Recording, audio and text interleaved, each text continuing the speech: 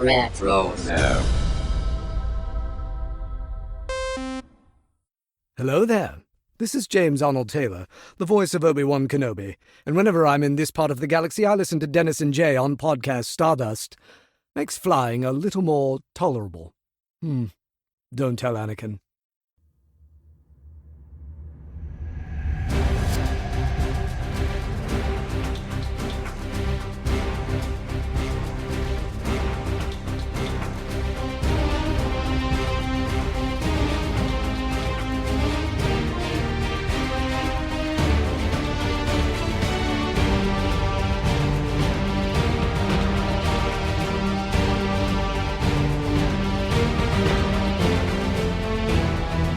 Welcome to Podcast Stardust. This is the fully armed and operational podcast dedicated to Star Wars news, reviews, and discussion.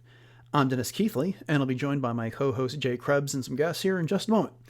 We'll be concluding our Phantom Menace series in this episode, but before we do, I'd just like to remind you that you can find us online at Facebook and Instagram at Podcast Stardust. All right, so the dish is aligned, the signal's boosted to maximum output, the shield's down, we are now broadcasting to the galaxy. So if you caught our last episode, you know we were getting ready to do our finale of the Phantom Menace series, as I just mentioned, but it was such a long episode, I've gone ahead and decided to cut this into 2 episodes for you to make it a little bit more digestible. This will be part 12. Aaron Harris and David Motters from Star Wars Reactions are returning to join us for this discussion. The segment we're going to be covering runs from 2 hours and 11 seconds to the very end of the movie, and this will be the final installment in our series. So with that, let's go ahead and get started. So getting back to the battlefield, we've got the Gungans getting rounded up by the droids, and they're starting to get marched away. We see a number of the, I don't know what they're called, the little droids rounding up battle droid parts and stacking those up. And then Jar Jar and Tarpals are side by side, and Tarpals encourages Jar Jar, don't give up. Misa, think of something. Only for Jar Jar to immediately surrender as soon as a battle droid tells him to stick up his hands. So I am not going to give Jar Jar any grief about this. I mean, he's surrounded by droids pointing blasters at him. I don't know what he's expected to do. It's, as we've kind of alluded to in this conversation, it's another moment for comedic relief. I'm not sure about the placement right after Qui-Gon gets run through, but regardless, anyone got any thoughts on that? When you're completely surrounded and all your troops are being marched away, what else can you do but throw up your hands? Right. At that point, there's no point in sacrifice at that point. You live to fight another day. So honestly, I think Jar Jar had the better strategy, to be honest. At that point, Misa, give up. Mm-hmm. Yeah, and the Gungans did what they were supposed to do. They were a diversion. They weren't necessarily there to destroy the battle droid army, and that was a big ask anyway. Yeah. Okay, so back in Theed Palace, Amidala and her guards are marched into Gunray, who informs them that their insurrection has an end and she's going to sign this treaty. Sabe, as we've talked about, shows up and declares that the occupation is in, shoots a couple droids, and then runs off. Newt Gunray falls for it and says that Padme is a decoy, sends some of his droids after Sabe, only for Amidala to reach into her throne, pull a couple of blasters out, hand one over to Panaka, or toss one over, I should say. They take out the other droids in the room, seal the doors, and Padme tells Viceroy, he's like, now we'll discuss a new treaty. And I love the way Natalie Portman snarls that line here. So, Jay, hero moment for Padme. What do you think about it? I just love the fact that she's like storing blasters in her throne. I mean, come on. That is just a baddie move right there. So, I mean, it was obvious that that's why she wanted to lure them back there, because she knew that this was an option for her. But no, again, just the calm, cool collectedness of Padme through this whole thing, and just, again, trying to think through X, Y, and Z plans in her head as she was going through this is just, I love this scene. I really do. And I've always felt that this is definitely, going back to what you said, David, this is definitely a Leia move. 100%. And I love everything about it. Mm-hmm. And anyone here can correct me if I'm wrong. Isn't the backstory to those blasters in the throne in A.K. Johnson's book? that I believe takes so, place. yeah. I think so. Yeah, Mhm. one of the handmaids, I think, helped her come up with that idea. Suggested it. Yeah. Mhm. Yeah, yeah. Guys, either one of you have any thoughts about this scene? They need to It, improve the artificial. Oh, sorry, David. oh no, you go, Aaron. You go, buddy. She'll say they need to improve the artificial intelligence in their battle droids. They let her move all the way to her throne and grab a blaster and toss one to Panaka before they open fire. Yeah. Well, they are being controlled by the Trade Federation ship, so yeah, they got a long way to go. Little slow on the uptake there. David? Well, no, this really starts to turn the tide. We're at a low point, and now we start to turn back up with Padme capturing the Viceroy, because everything starts to fall into place. So Padme really starts off a really nice turn for the good guys. Mm-hmm. Mm-hmm. Yeah, she did what they set out to do. Her whole plan was to capture the Viceroy, and with that, the occupation ends, and they get their terms. And as she said before, this whole thing set out. And as Qui-Gon pointed out, if the Viceroy escapes, then he'll come back with another army. And she said, "Well, that's why we have to make sure he doesn't get away." And so, plan successful. Big cost, but plan is successful. Yeah. So back to Obi-Wan and Maul, and these two are like prize fighters, bouncing on their heels, ready to go. And as soon as that shield opens up, Obi-Wan charges into the room. They ignite their sabers, and they go right at it. The fight culminates with Obi-Wan slicing Maul's double-bladed saber in two, and then Maul force pushes Obi-Wan over the edge of the pit, which he grabs some piece of equipment and holds on for dear life. And then Maul kicks his lightsaber over the side. And as we'll see in a bit, he can kind of gloat in that situation here. All right. So Qui-Gon, whether it's age, underestimation, and an experience with this type of a foe, he's already fallen to Obi-Wan, or not to Obi-Wan, to Maul. But now he got Obi-Wan, going in full force, high speed. And at the moment, he kind of suffers his own defeat. David, what do you think about this conflict? Yeah. That's where I go back and forth. I feel like with the Sith, you channel that anger, it makes you stronger. Obi-Wan comes in really angry, upset that Qui-Gon, his master's been killed, and it puts him in a bad place, right? Sith seems to make them stronger. Obi-Wan puts him in a bad spot. So it makes sense to me that it plays out this way. Mm-hmm. Yeah. Aaron? Well, I mean, to piggyback off what David said, you got to think about it too. The Sith are trained to be angry and to harness that anger into their fighting skills and into their energy, into their strength, where the Jedi aren't. They're not supposed to be angry. They're not supposed to lose their temper and lose it in a fight like this, which Obi-Wan did, which is to his detriment. Where when it happens to Maul, it's to his advantage. So yeah, Obi-Wan losing it when that shield comes down and coming in full throttle was the wrong moves at that point, and puts him in a pickle of a predicament. Jay, this part of the fight features the first time that Obi-Wan flips over Maul. Mm-hmm. And of course, we see what happens when Anakin tries to do that to him in Revenge of the Sith. Yes. But what do you think about the fight here? You took the words right out of my mouth, because I was thinking, about the high ground and the whole 9 yards there. But contrast this with the Obi-Wan that we see fast forward to the Clone Wars on Mandalore in the throne room with Satine facing Maul. And how he was calling Maul out for, being part of the dark side and using the dark side and so on and so forth. And I think in this instance that, Obi-Wan did kind of touch, maybe not the dark side, but he tapped into the anger for sure.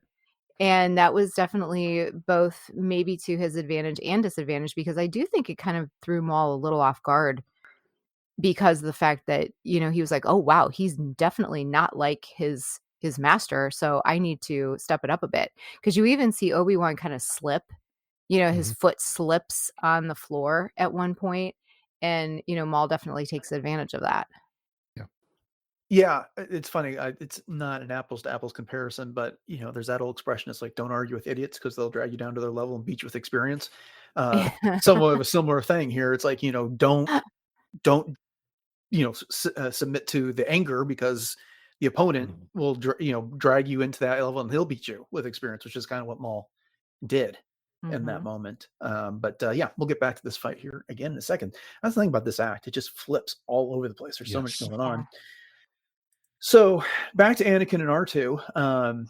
Anakin finally gets the power restored to his Inhuman starfighter. I think R2 had more to do that than we were shown there, but he just starts pressing buttons. He blasts some battle droids, and then with the whole take this and that. I mean, channeling perfect little boy energy there, and then launches torpedoes, missiles, whatever they are, almost by accident, right into the reactor.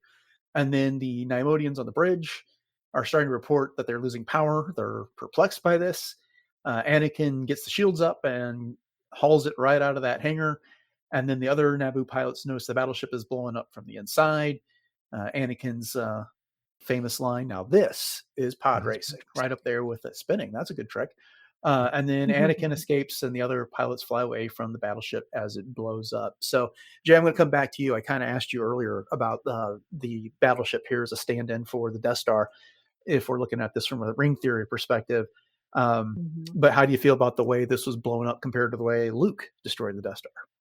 Oh yeah, there's definitely a really great comparison to this for sure, because you look at the proton torpedoes just flying away, and in Luke's case, obviously they had to go down the thermal exhaust port.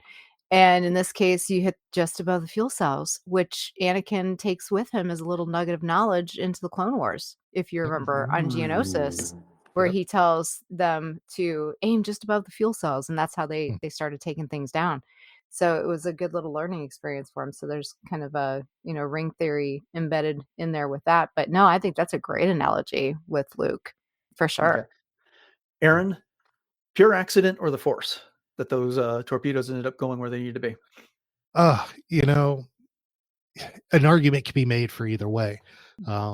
Being that we are talking about Anakin Skywalker, I say it is the Force, and he is just completely unaware.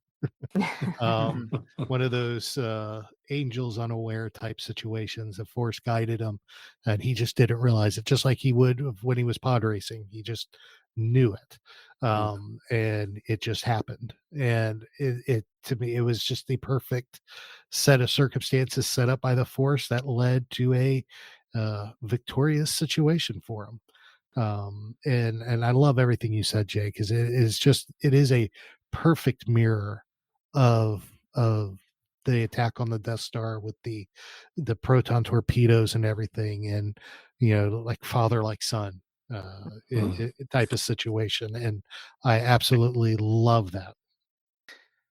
And David, the whole rhyming scheme is not limited to 1 and 4. You can look at 1 and 6. And in this case, perhaps Anakin's escape from the battleship as it blows up, compared to Lando and Chewbacca's escape in the Millennium Falcon as that Death Star blew up. What do you think about that? Well, I think as you guys are all describing this in ring theory, one of the things I can't stop seeing is this Trade Federation ship is a Death Star in the middle with a ring around it. So there's ring theory. It's visually ring theory. I just as you guys were talking about, there you go. I'm like, oh my gosh, it's almost like a pun, a visual pun, right? But no, it's a beautiful thing. I do think it's the Force. It is cool to see, yeah, like you said, 1 and 6. Obviously, Anakin shooting out of there, and then just the exhilaration. Now that you say that, like I'm 14 years old. I'm watching Return of the Jedi. I think it's going to be the last Star Wars movie that I'll ever see.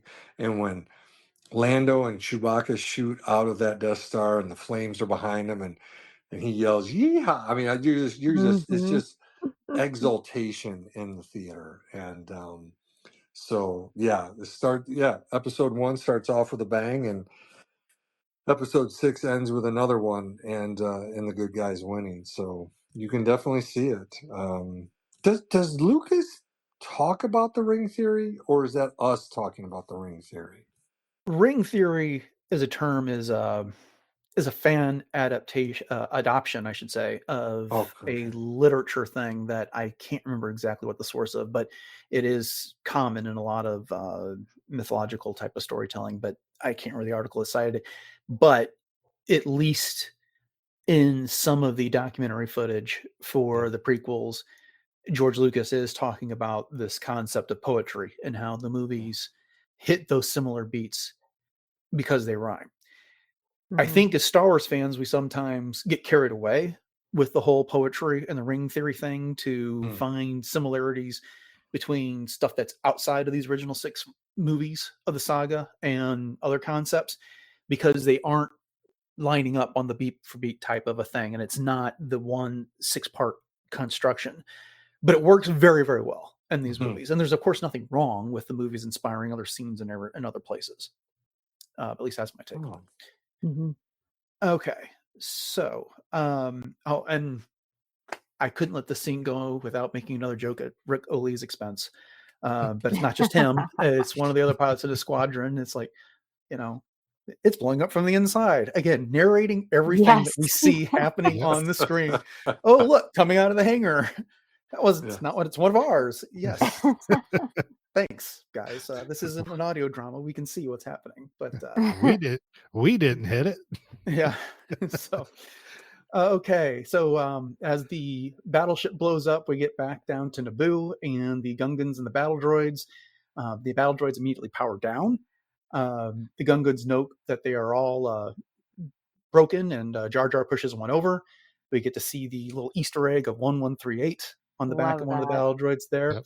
And then they begin to celebrate. And then one of my favorite other little Easter eggs here is that in the middle of that scene where all the Gungans start throwing their hands up and dancing around, there's 2 doing the exact same thing, just about a half a second apart.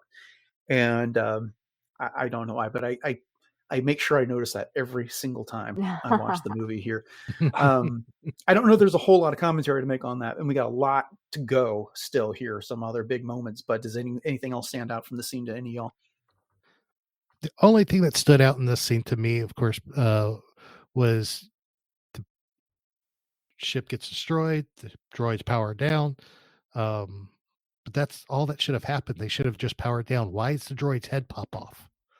Like it's spring loaded or something. Boing, boing, boing. Yeah. That's the only thing that bothered me about that scene is, okay, they're powered down. They slouch over and all of a sudden, oh, wait, no power? Let's lose your head.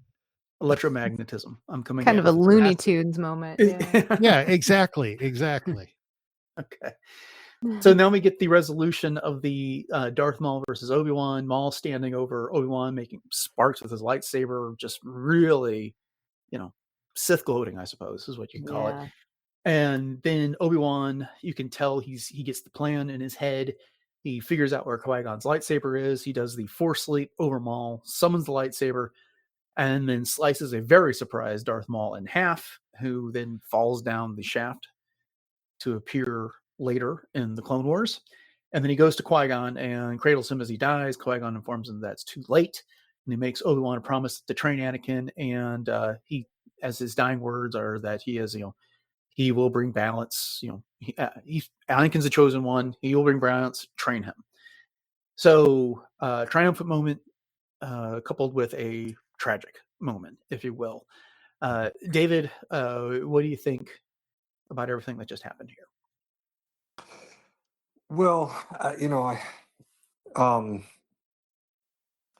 it's interesting. You got to have a passing of the torch, and so you see, Qui-Gon asking Obi-Wan to do this. He was hesitant from the very beginning about Anakin, but he gets thrust into this role, and he's willing to honor his master, Qui-Gon, to do this. It is interesting. I wrote down in my notes here that, and you hear people argue about this: who is the chosen one? Ultimately, here's Qui-Gon saying he's the chosen one and he'll bring balance to the Force. I contrast this with, isn't it Maul asks Obi-Wan in Rebels, is he the chosen one? Meaning Luke, and Obi-Wan says yes, right? So I don't know, a little confusion there, but I definitely think it's Anakin, and here's Qui-Gon knowing that Anakin is the chosen one. Aaron, what's your observations? Well, right, my biggest observation from this is after the flip and half slicing of Maul, Obi-Wan realized I need to develop a high ground defense. Is, Yeah. obviously that caught Maul off guard. So obviously they did not trade in having the high ground before, or else that would not have happened. But it to me, it was very there was a little bit of irony in that, knowing about the high ground later on. Whether that was intended or not, I don't know. But the irony in it is not lost on me at all. Then, of course, you go into this victorious ending of him just staring down the hole as Maul falls in two pieces, to the death of Qui-Gon Jinn, and the promises being made, the dying words, and like David said, it's literally the passing of the torch at this point. Obi-Wan, now Anakin's your problem, essentially. They were going to let me train him. Good luck training him yourself, but promise me you're gonna. So it's the whole scene in itself is bittersweet. It's sweet that we get to see the fall of Maul, and of course the bitterness of the passing of a great Jedi Master, who laid it all on the line just to defeat a bad guy. And it's very sad, very very sweet. And it's not lost on me either. He's sitting there and he's cradling Qui-Gon here at the end, and it's almost mirrors him cradling Satine when she died too. And you see Qui-Gon reach up and kind of brush his cheek, and Satine does that as well. This dude just has had so much loss in his life. It really is. You can't imagine this. His master, Satine, then the entire Jedi Order. It just is very, very. It's amazing he's as well put together as he is, as we see him later on in his life. Yeah, and I have to chime in on that really quickly too with the whole high ground thing. I honestly believe that it was one of those things that when Obi-Wan tells Anakin, "Don't try it," it's because he's played the scene over and over in his head so many times where, like, I know for myself personally, I think about things that could have gone totally differently than what they had. And for Obi-Wan to think, if Maul would have reached up with his lightsaber, he could have sliced me in two, or he could have dismembered me, or whatever. So all of those years that Obi-Wan had to replay this in his mind, he may have put himself in the place of Maul. Like, if he were Maul, what would he have done if he would have jumped over him? And that's exactly why he told Anakin, "Don't try it," because he knew what to do. Yeah. I hesitate to open this can of worms, but because this is a long episode as it is, but this whole notion of prophecy of the chosen one here and stuff like that. And I'm going to go ahead and bring it up here because it's going to come up again in just a bit when Yoda tells Obi-Wan he's a Jedi Knight and that, you can train him, the chosen one he may be, so there's some debate as to whether or not Anakin actually is the chosen one or not. Jay, I know you're really fascinated by prophecy based on prior conversations we had regarding things. But what do you think about Obi-Wan's view of I mean, we know Qui-Gon was very taken by the prophecy and the idea. He believed in it.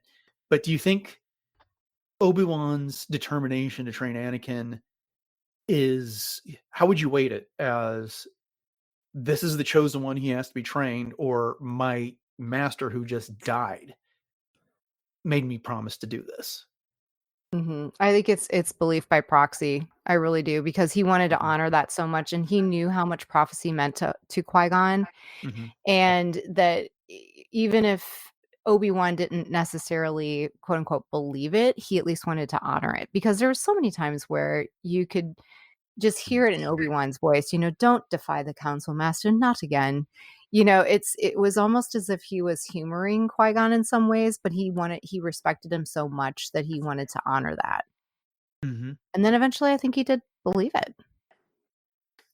Yeah, I mean, you could certainly argue that, because what happens when he leaves Anakin lying in pieces Right. at You were the the chosen one. right. You're supposed to bring balance to the Force, Yeah. not leave it in darkness, destroy the Sith, not join them, and the like there.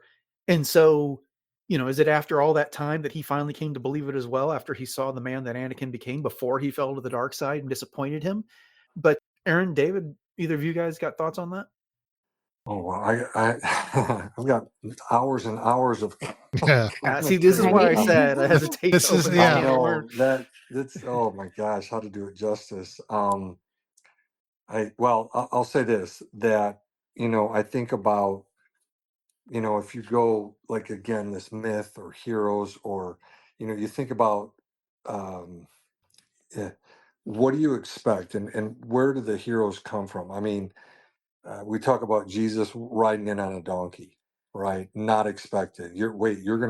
We expected you to roll the Roman government. You're not going to do that? No, I'm not going to do that. I'm going to take a different route, unexpected route. Same thing here. You think about it. Obi-Wan is looking at Anakin, and here's Yoda saying the same thing. He's too old. So it's this. No, the chosen one's going to come from a youngling that we bring up and comes through the order and bang and a bang and a boom.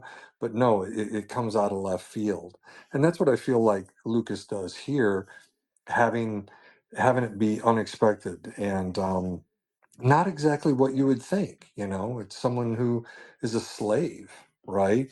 Anakin, and versus, it's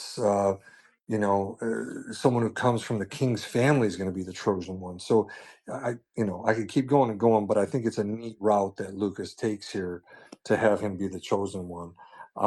But you really got me thinking, Dennis. What does Obi-Wan think as he's walking away on Mustafar, where he does probably believe he was the chosen one, but now not?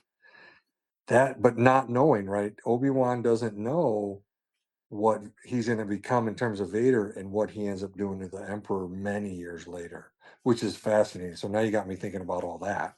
Mhm. Thanks, Dennis. Hey, you guys got a podcast. Discussion I was going to time say for you. this is going to have to be something to expand on at some point. Oh, David. yeah. We And could then go on you for can have hours on this. Exactly. We'll have you all on. We'll just expand on this thing for hours. I think it's one of those things where here at the beginning, Obi-Wan takes Anakin as his apprentice, mostly because of what Qui-Gon made him promise. Promise me you'll train him. Promise me. At that point, I don't think there was any care about the prophecy. It was Qui-Gon made me promise I'm going to do this. It was his dying wish. I'm going to do it no matter what. And I think from there, as we go through Attack of the Clones, we go through the Clone Wars, their relationship kind of progressed to being more brothers. And I don't even think the prophecy was in the back of his mind. I mean, it may have been in the back of his mind a little bit. But I don't think the prophecy, the thoughts of the prophecy really came until he saw him turn. How could he turn? He was supposed to be the chosen one. How could this happen? He was my brother. He was supposed to be the chosen one. He can't be doing this. So I think there was, as for belief in the prophecy, I really honestly don't think it, from my opinion, that there was a lot of belief in the prophecies by Obi-Wan. I think he did this out of loyalty to Qui-Gon, and he did then, as time went on, it became not out of loyalty to Qui-Gon, but out of his love for Anakin and their relationship, their brotherhood, as he grew up and they became a Padawan, became not a youngling, but became a Padawan, then a Jedi Knight and everything. And then I think it all came back around in circle, in compass to that final scene where he's laying there on the shores of the lava river burning up, and Obi-Wan is just yelling out all of his frustrations at that point. I loved you. You were my brother. You were the chosen one. I mean, he's laying everything out that this person was, and now he's not. And I think when it boils down to it, there wasn't much belief in prophecy for Obi-Wan, and from my point of view. Yeah. Well, like I said, we could do entire 15 minutes on this one alone. So we're going to leave it from there, but we'll pick up this conversation some other time. Okay, so we are now in the denouement of this movie. We've got Chancellor Palpatine. He won his election, and the Jedi arriving down on Theed. Amidala tells Viceroy Newt Gunray that he's going to have to go back to the Senate and explain all this, and Panaka throws in there, I think you can kiss your Trade Federation franchise goodbye. Then Anakin and Obi-Wan bow to Palpatine, who's just arrived. We get to see the Jedi Council minus Yoda coming down the ramp on that ship behind them, and Palpatine notes Obi-Wan's bravery and then says to Anakin, "We will watch your career with great interest," giving us all the heebie-jeebies. And then Amidala congrats Palpatine on becoming Chancellor, and he says, like, "Nope, you should be congratulated. You've saved our people." And your boldness saved our people, your majesty. It's who you should be congratulated. Together we shall bring peace and prosperity to the Republic. And Padme is in her disguise again on here. Now, is it so much as a disguise, or is it just effects of office, I guess, for lack of a better term? Jay, what do you think? Well, I think it's just the fact that she's presenting her public self, and that's what is expected of her as her leadership role, and affecting that language and the accent and everything like that. So I think it's just what's been expected at this point. Mm-hmm. Yeah. It's just that, they go through so much trouble that the handmaidens can impersonate the voice. And we know from the E.K. Johnson's book that that's something her and Sabe worked on together, doing that voice again. And now that whole thing's been outed. So that's why it just stood out to me this time around here. Aaron, what'd you think of the Palpatine's statements to Anakin here at the end? Being this came out when it did, you already know the background and the history. Anakin does turn into Darth Vader and goes to work for Palpatine, and so it's almost like, yeah, I bet you're watching. And it was just the perfect little glimpse of what was to come, to say the least. David, we get to see the Jedi Council, except for Yoda, for whatever reason. I'm assuming it's just back in the day they didn't want to deal with the puppet having to come down the ramp there. But of course, that wasn't Samuel Jackson playing Mace Windu in that scene. They had to stand in because he wasn't available there. But what do you think about this show of force from the Jedi Council showing up with the Chancellor? Well, yeah, no, I was thinking about, I was going to point that out. You beat me to the punch. We call them fake Mace, right? Yeah. I don't know if a lot of people picked up on that when they originally saw it. I did not, after multiple viewings, I'm like, yes.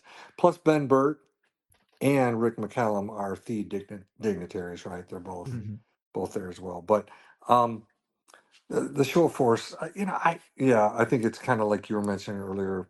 It's you have to go through the pleasantries. You got to go through, the political aspects. Here they're getting pulled into it, aren't they? Right? We how many years have we talked about this? How many podcasts have I heard where we talk about the Jedi getting pulled into political stuff, into like you, and I'm glad you said this, Dennis, showing power versus you're supposed to be peacekeepers, right? And now we're going to be pulled into roles that we really shouldn't be in. Yeah. Just a personal note here. After this movie had been out for a few weeks, my parents came to visit me, and I took them to see this. they don't know Star Wars the way I do. And so after the movie, when I was explaining to them how Anakin Skywalker grew up to be Darth Vader, they were just floored by that. That little boy grows up to be Darth Vader. It's like, yes. What did you just take us to see? One of my favorite movies, memories from seeing this movie. Well, Love it. one thing I wanted to throw out there, I know you were talking about the Jedi Council being there as a show of force. I don't think it was there for a show of force just because the Chancellor was there. I think you have to go back to what happens in a few moments. Here we have the funeral of Qui-Gon Jinn. So Yeah. I think if Qui-Gon wouldn't have died, the Jedi Council would not. I don't think the Jedi Council would have shown up on Naboo. Oh. They may have Interesting dispatched. thought. They may have dispatched one or two of the council, but the whole council would not have shown up. I think it was the death of Qui-Gon that brought the entire council there to pay their respects to someone who should have been on the council, and they were all friends with. So I think that's why they were there. I don't think they could have given two rips that Palpatine was there himself. I think they were there mostly for Qui-Gon at that point. Yeah, it's an interesting observation. I think there's something to that. I also think that there is a conflict that just happened. There is a transition of power. There was a growing sense of a conflict to come with this, which might have also necessitated their presence there. But they're also all at Qui-Gon's funeral, which you were just mentioning, Aaron. And which I gotta say, I'm glad we don't do funeral pyres like that anymore, because they're all in very close proximity to a burning body. That can't be a pleasant experience in the least bit. But I mean, everyone's there. The Jedi, Boss Nass, Chancellor Palpatine, Amidala, Jar Jar, Anakin, Obi-Wan, and then Anakin looks up at Obi-Wan and asks what's going to happen to him now, which is kind of one of the most endearing moments for me of Anakin in this entire movie. He's been plucked from his home planet, plucked away from his mother, with this promise that that Qui-Gon was going to look after him and that he would become a Jedi. And now that guy's gone. And Obi-Wan looks down to him in the most tender moment I think he's had towards Anakin in this entire movie. He says, like, the council is, you know what? I skipped over an entire scene. But let's back up just a second, and I'll do some editing here. Getting ahead of myself. Okay. So we see Yoda and Obi-Wan talking, and clearly Yoda's just had a meeting with the Jedi Council, and he promotes Obi-Wan to Jedi Knight, and then he says, I disagree with your taking Anakin on as your Padawan. I'm not going to do the dictation there that he does, the syntax.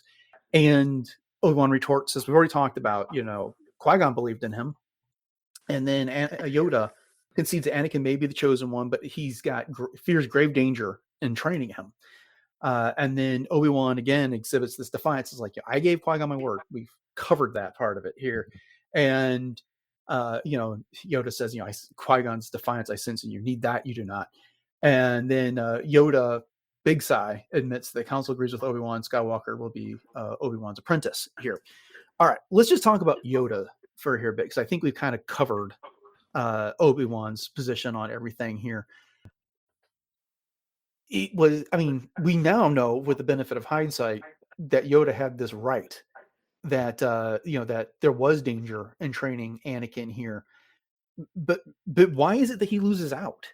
Do you think? Is it everyone getting caught up in the prophecy, and the fact that Anakin was instrumental in defeating the Trade Federation here? Is it everyone wanting to believe the prophecy, or is it out of some obligation they think they owe Qui-Gon? What's your all's takes on this, David? I'm not fully sure. Is it, like you said, this obligation, like kind of like Aaron was mentioning, they all came out.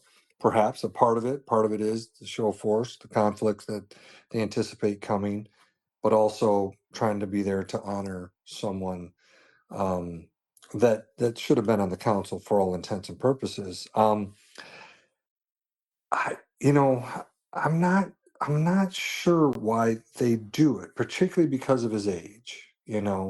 Maybe it was you got me thinking back to the beginning of the movie when they test him and they talk about midichlorians and they talk about how powerful he is in the Force. And maybe ultimately they said, you know what? Yes, he is older than what we would like. We all do have some concerns about him, but we need to be the ones who train him. If he's got more than even Master Yoda, right? And Obi-Wan say that, I think, right? And Mhm. so maybe it is that they're like, we need to be the ones to train him versus Good we thought. just found out there's a Sith running around here and there's two of them, who died. So, maybe that's ultimately, like, as I talk this out, why they did it. What do you think, Aaron? I think it's a combination of things, depending on which. I mean, I'm sure we could split the council up and break down. Well, this one did it for this reason, this one for this reason. But I think it's a combination of all those factors you listed, Dennis. Some of them felt obligated to Qui-Gon. Some of them were impressed by the kids. Some of them uh, had a strong belief in prophecy. So I think because it was the council. I mean, Yoda could disagree with the rest of the council, but he's going to do the will of the council. And I think that's basically what it came down to. Is even though Yoda doesn't like what's about to happen and he feels the danger in the child, the council has spoken for whatever reasons they chose, and he's going to go forward with the will of the council. Mm-hmm. Jay, thoughts? Yeah, for years, I always was confused about this particular scene because Yoda was so adamant about not training Anakin and refusing Obi-Wan the training of Anakin. And then all of a sudden, as he sighs, agree with you, the council does. It's almost like, where did he get that information? But, thinking about it, he knew it going in. And that's almost even more frustrating. It's like, Mm-hmm. Yoda, if you already knew that the council agreed with him, I know you're Grand Master, but why are you making this so difficult for Obi-Wan in the fact that he just lost his master and he made this promise? And obviously everyone else thought that he was the chosen one. Maybe not Mace, but everyone else did. I think I have an answer for that, Jay. And I think it is Yoda's looking for some sort of support. He knew, or at least he probably suspected, that there was some disagreement between Obi-Wan and Qui-Gon while they're in Coruscant about all of this. It's not really a secret that although they are close friends, Obi-Wan and Qui-Gon, they had disagreements over this. There's throughout the novelization, and then some of the other books that come around here, we see that, Obi-Wan was much more in line with the classic thinking of the council, where Qui-Gon was this, maverick, Jedi master that they tried to get on the council and he turned them down, and for other reasons.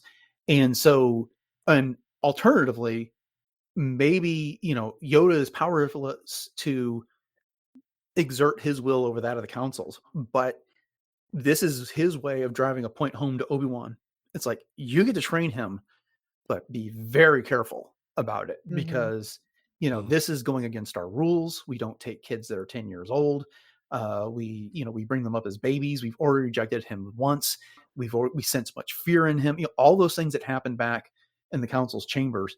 And so, he can't veto the decision, but he can get the point across to and I think even in the novelization, Obi-Wan says something about, well, knowing your reservations, I'll take your reservations into heart, knowing this, and I'll be careful in training him.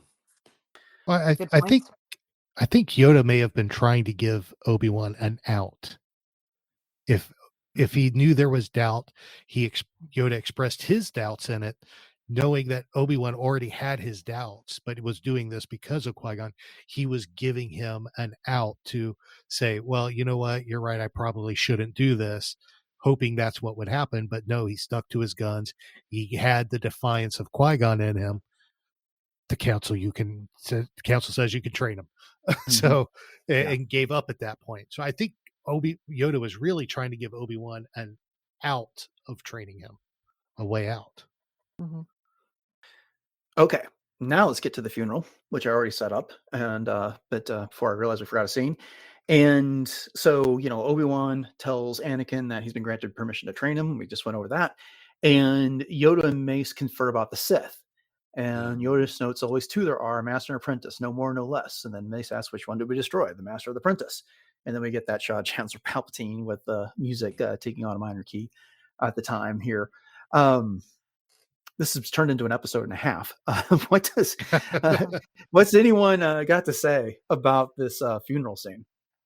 Well, this is where I was mentioning a little while back that I wanted to reference Acolyte again, because watching this originally in 1999, I'm like, okay, yeah, Yoda knows about this. Now as time passes, I'm like, well, wait, how does he know there's a rule of two with a master and an apprentice? You go back to the Acolyte and you think about the very last scene that we see with Vanestra Rowe coming in to talk to him. In my head, I start to play out what that conversation would be, and I wonder if, on some level, um, she conveys to him, this is what we've seen, with this acolyte. So that's where you feel like the High Republic here and the acolyte was really trying to kind of put a layer onto this line that we see Yoda speak in episode 1. Unless, that was one of the questions as I was looking at this, and I thought when we got on and recorded is, how does Yoda know this? But maybe they were going to start telling that, via Acolyte, or maybe a book has covered this too that I don't know of. But anyways, so I far thought that that I was know pretty of. cool. Yeah. Anybody else? Just that it's the same music that plays at Padme's funeral. Yeah. Oh yeah. Good call. Good point. Good catch, Jay. All right. So then we end up at the final scene here with a celebration in the streets of Theed. The Gungan band marches down the street playing their instruments. There are Naboo citizens and children throwing confetti and things on them from the street. Everything is merry. Anakin has his hair cut, is wearing Jedi robes, and snarls at Obi-Wan Kenobi. I just love the expression on Jake Lloyd's face there. And then Boss Nass dismounts from his Famba, and Theo Bibble hands over the Orb of Peace to Amidala, who gives it to Boss Nass. He holds it above his head, I suddenly can't talk, and declares peace. And then Jar Jar joins in with a Yahoo. Amidala and Anakin share some smiles with each other. And then we get our lineup of everyone and we cut to the credits. And that is the end of the segment. So, I know there's a lot of people like to pick on this moment where Amidala and Anakin are kind of making faces at each other, because we're dealing with, a 14-year-old and someone who's not even quite 10 at the moment. But, that can be a friendly smile too.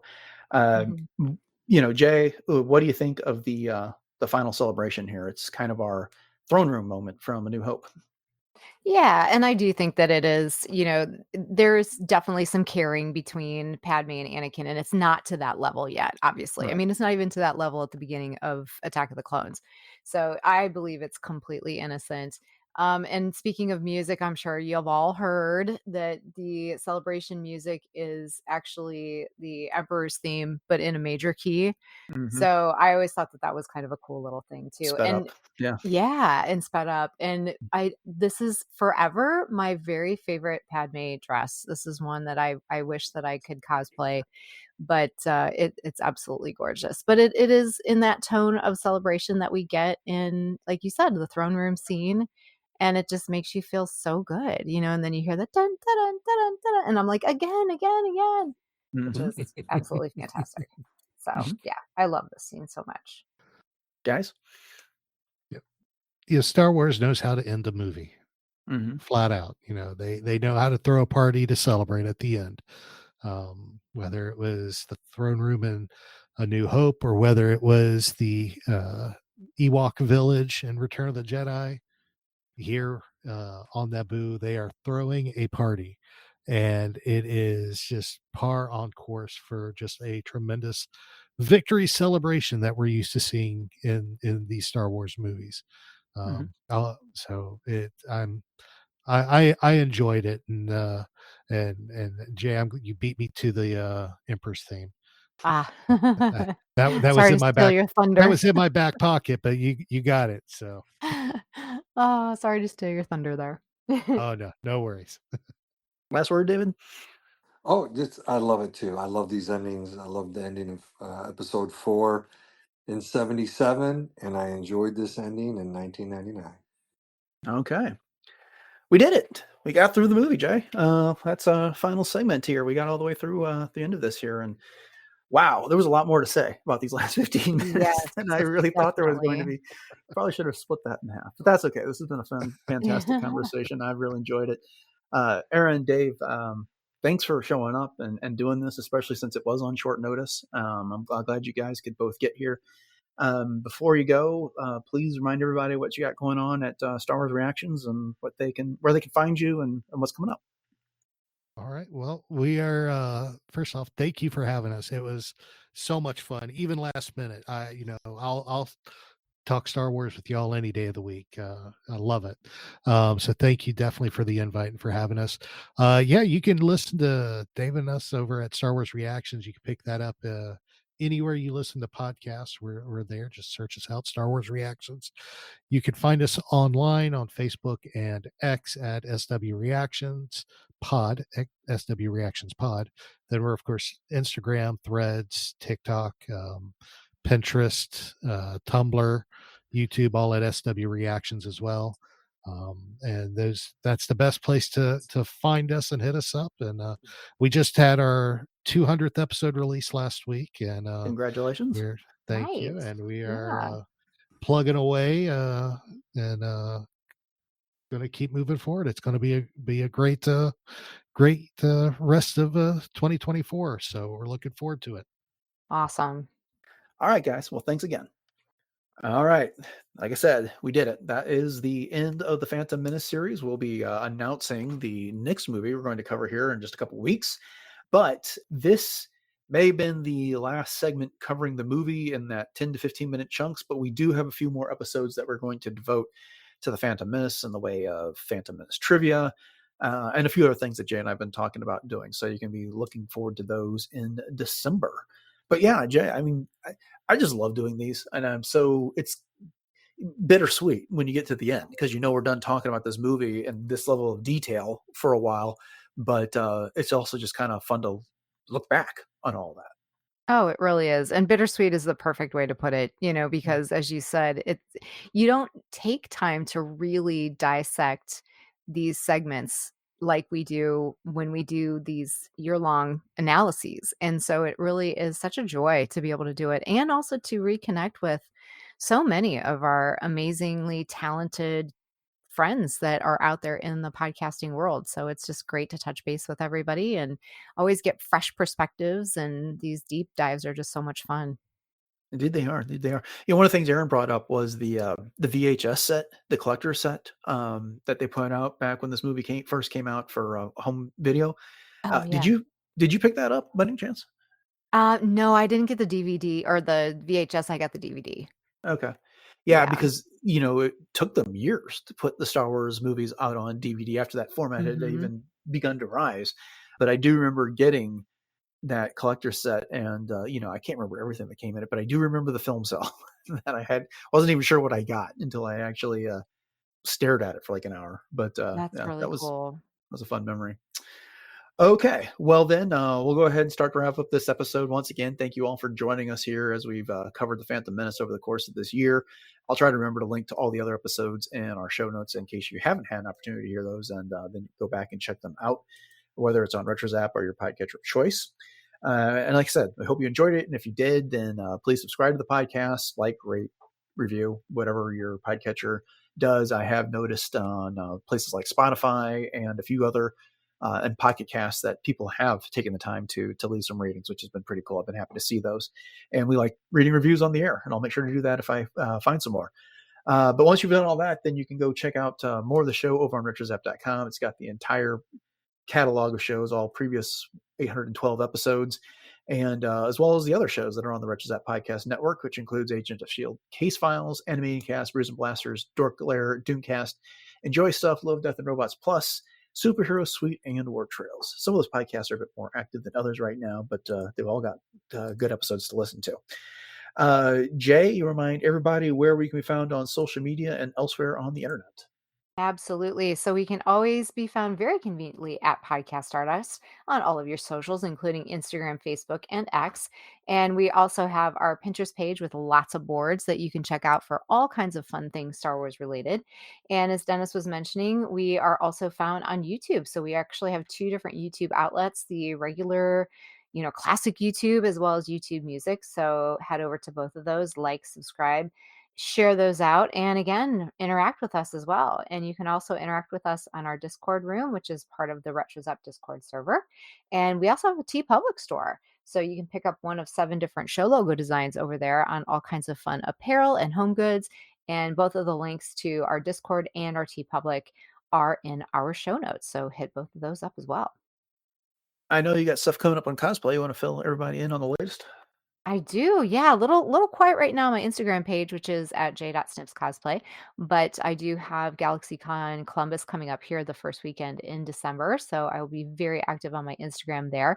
And you can always check out all of my past escapades as Ahsoka, Hera, the Fourth Sister, as well as my original concept Mandalorian, and much, much more. Once again, at j.snipscosplay on Instagram. All right. So again, this is coming out the day before Thanksgiving. Jay and I have been working on some alternate plans because we're going to be recording way earlier than usual to make sure we don't leave you all without some shows.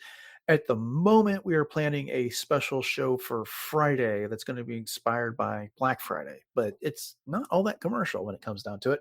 And then on Monday, we should be getting back into the Clone Wars. But again, plans are subject to change. So with that having been said, thanks for listening to episode 813 of Podcast Stars, everyone. Have a great rest of your week. And until next time, may the Force